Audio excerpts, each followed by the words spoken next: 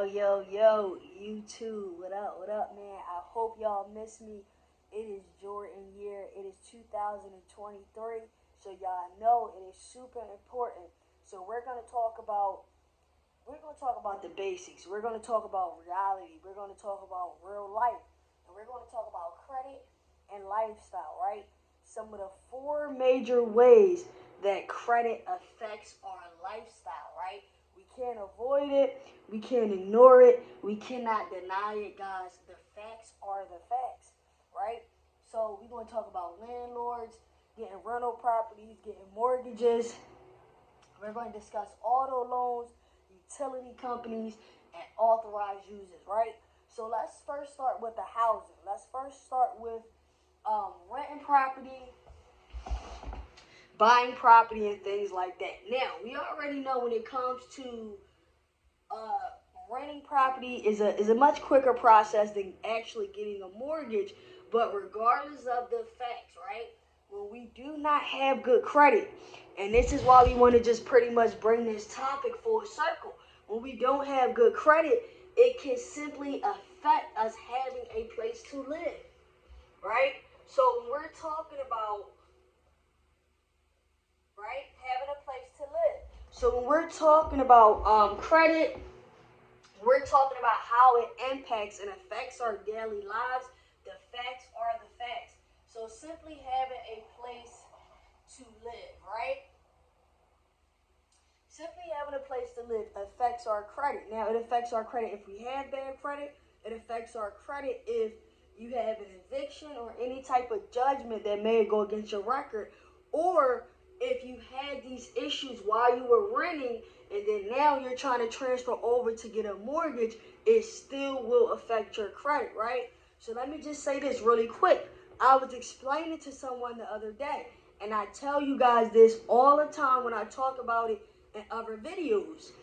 Everybody is focused on the score, right? But let's talk about it. Even landlords, even the rental property owners, they are looking at the data. They are looking at the data within the credit report that makes up their actual score, right? So we all need a place to live. So from the very beginning, if you do not have credit for any other reason, it will be or it should be to put a roof over you and your family head, right? We need a place to live. Simple.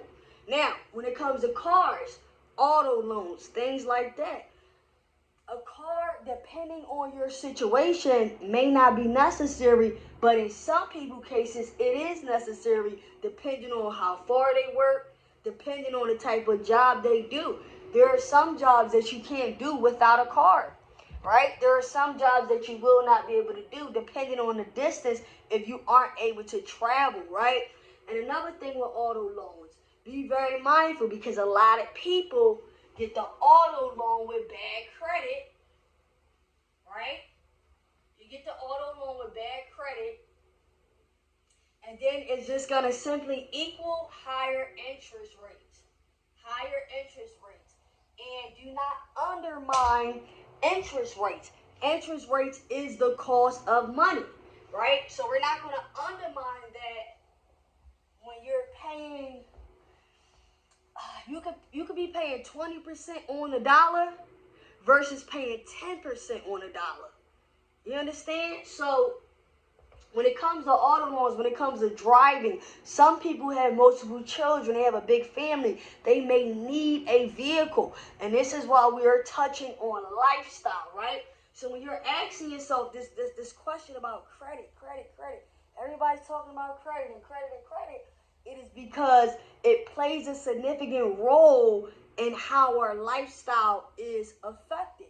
As I tell you guys all the time, it is what I like to call your adult report card. These are how lenders, banks, credit card companies, and different institutions, even employers, right? And we're just going to add employers. Employers are checking credit. Listen, man, I had someone passing out my flyers the other day. They said they missed out on a job opportunity when they was talking to this young lady because she did not have good credit. Imagine getting turned down from a job because you don't have good credit. But you know why they're looking at the credit? They're looking at the credit because of the responsibility factor. Remember what I told you guys before. Credit is like your word, right? It's like your word. How well can you keep your word? How risky are you versus you paying me back versus you doing a good job? And based off of their judgment, they will look at your credit, man. So we're going to get back to employers in a second, but let's talk about utility companies. Utility companies, right? The light bill, the electric bill, the gas bill, the water bill. These type of bills we need. We need light, we need water, we need heat, right? In our shelter, in our safe place. So when we're going to utility companies, and if you ever about to open up the account with the utility company, and they say, well, you got to pay us this down payment. And then someone else that has great credit is not required to pay a down payment. Why? Simply because of their credit score. I tell you guys all the time as well, utility bills, a lot of times when you do not shut them off and you leave a property, those utilities stay on, meaning those services continue to run, meaning your bill continue to raise, and it is in your name. So even if you default on this utility bill, it will affect your daily living. It will affect your lifestyle. No one want to go home to a house that's dark, that's empty, no lights, no heat, no food, right? So authorized user, and in other words, we're going to say the foundation to begin building generational wealth, right? And that may sound very drastic, but it's not. It is the foundation. It is the foundation to build wealth. It's one of them. Let's say that. Building generational wealth, right? Emphasis on generation.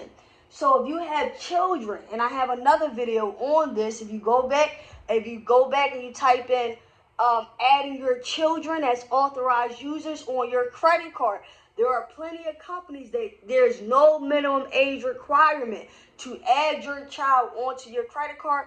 We have other companies such as like Amex, Chase, Citi, things like that. Add them on around 13, 14, 15. But there are some banks that has no minimum age requirement, right? So let's say you got a 15-year-old.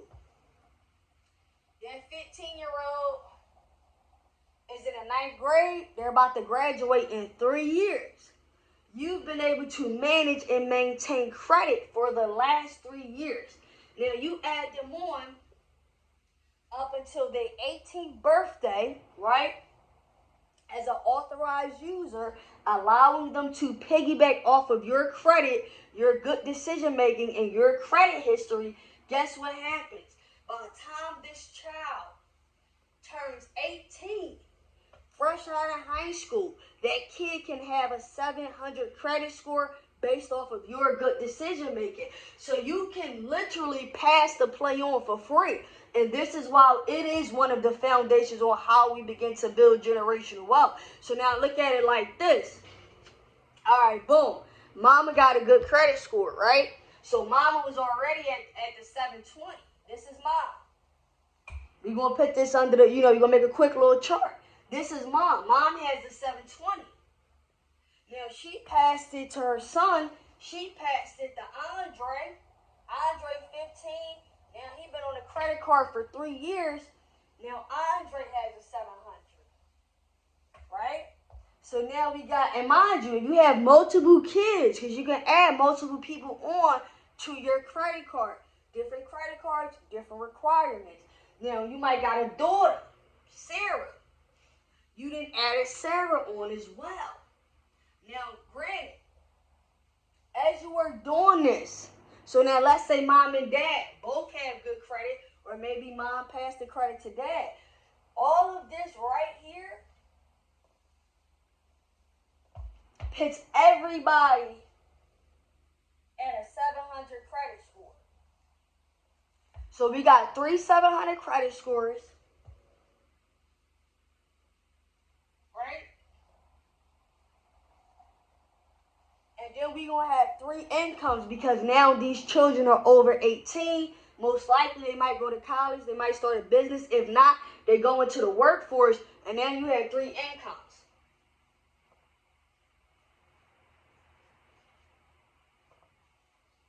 Right? So we got 3 great credit scores. We have 3 taxable incomes. And it was simply because of adding your child as an authorized user.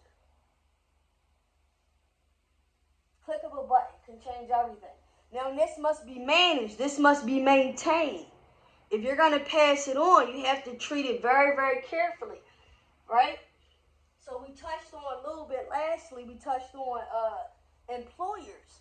And I told you guys that someone was helping me pass out the flyers. They came across a young lady. The young lady says, yo, I just got turned down a job because of my credit. So now, if the jobs is turning us down for credit, and then there's already some other reasons they might turn us down, right? They might have a more qualified candidate. They might have somebody with more experience. They might have a drug test. They might have a pre-employment screening requirement, right? Anything that could potentially land somebody else in that position, but now you have to also consider your credit. You understand? So when we're talking about lifestyle, when we're talking about necessities, when we're talking about things that we need housing, we need food, we need shelter, and we need transportation, we need employment, right? That's how we survive. So all of these 4 basic necessities that we need is why your credit profile, all credit is repairable. Remember that. It's an algorithm, yo. It's just a system. It's just a system, yo. So all of these we talking about is why 2023, you want to get that credit where it needs to be. Yeah? Peace.